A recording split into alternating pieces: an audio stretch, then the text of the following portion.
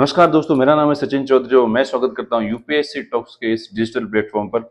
दोस्तों, last class में अपन ने बात की थी 1784 की पिट्स इंडिया एक्ट की। उस एक्ट में अपन ने पढ़ा था कि कैसे जो है बोर्ड ऑफ कंट्रोल और बोर्ड ऑफ डायरेक्टर्स के द्वारा जो है भारत में कैसे द्वैत शासन की स्थापना की गई थी और कैसे जो है दोस्तों जो ब्रिटिश जो कंपनी कंट्रोल इंडिया था उसको ब्रिटिश कंट्रोल इंडिया कहा गया था।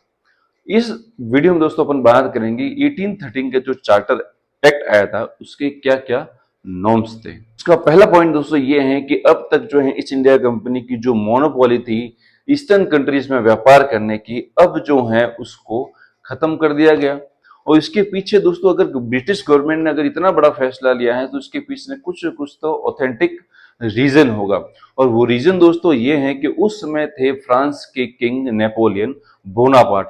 नेपोलियन बोनापार्ट और जितनी भी उसके अलायंस कंट्रीज थी उन सब ने डिसीजन लिया कि ब्रिटेन को जो है आर्थिक रूप से कमजोर किया जाए। उन्होंने ये फैसला किया कि अब जो है हम ब्रिटेन के साथ में किसी भी तरह का जो है व्यापारिक संबंध नहीं रखेंगे और उन्हें ब्रिटेन पे जो है व्यापारिक प्रतिबंध लगा दिया गया। अब दोस्तों जो ब्रिटेन के जो स्थानीय व्यापारी थे उनका यूरोप में व्यापार करना अब मुश्किल हो गया। तो उन्होंने अपनी सरकार के सामने मांग उठाई कि हमें जो है ईस्टर्न कंट्रीज में व्यापार करने की जो अनुमति दी जाए और जो ईस्ट इंडिया कंपनी की जो मोनोपोली है उसको खत्म कर दिया जाए।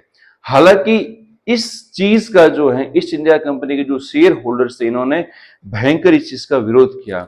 लेकिन दोस्तों गवर्नमेंट तो गवर्नमेंट है, गवर्नमेंट ने ये चार्टर निकाला और इस चार्ट के द्वारा ये फैसला कर दिया कि चाय, अफीम और चीन के साथ के व्यापार को छोड़कर उसके अलावा सभी तरह की जो ईस्ट इंडिया कंपनी की जो मोनोपोली थी उसको खत्म कर दिया गया।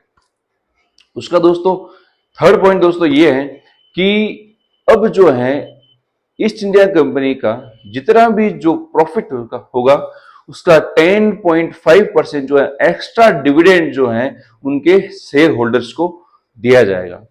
चौथा पॉइंट दोस्तों इसमें यह है कि अब तक दोस्तों जो है ये पहला चार्टर था जिसमें ईसाई धर्म का प्रचार करने के लिए जो ईसाई धर्म गुरु थे उनको इंडिया में अलाउ कर दिया गया। उनको कहा गया कि जाओ आप इंडिया में जाके ईसाई धर्म का प्रचार करो और पहली बार जो है कानूनी तौर पे जो है इनको मान्यता दी गई। अब दोस्तों इस चार्टर एक्ट में ये भी फैसला किया गया कि कंपनी का जो प्रतिवर्ष जितना भी जो प्रॉफिट होगा उसका 1 लाख रुपए जो है भारतीय शिक्षा पर जो है खर्च किया जाएगा। दोस्तों ये वास्तव में जो नॉर्म है ये सिर्फ कागजों में ही सिमट के रह गए हैं, इनकी जमीनी हकीकत जो है वो अलग थी। दोस्तों नेक्स्ट पॉइंट की दोस्तों अगर बात करें तो यही वो चार्टर एक्ट है जिसमें कंपनी को आगामी यानी 20 साल के लिए जो है भारत में और जितनी भी जो ईस्टर्न कंट्रीज थी उनमें व्यापार करने की जो है अनुमति दे दी गई। मिलते हैं दोस्तों नेक्स्ट 1833 के चार्टर एक्ट के साथ में। तब तक के लिए थैंक यू सो मच।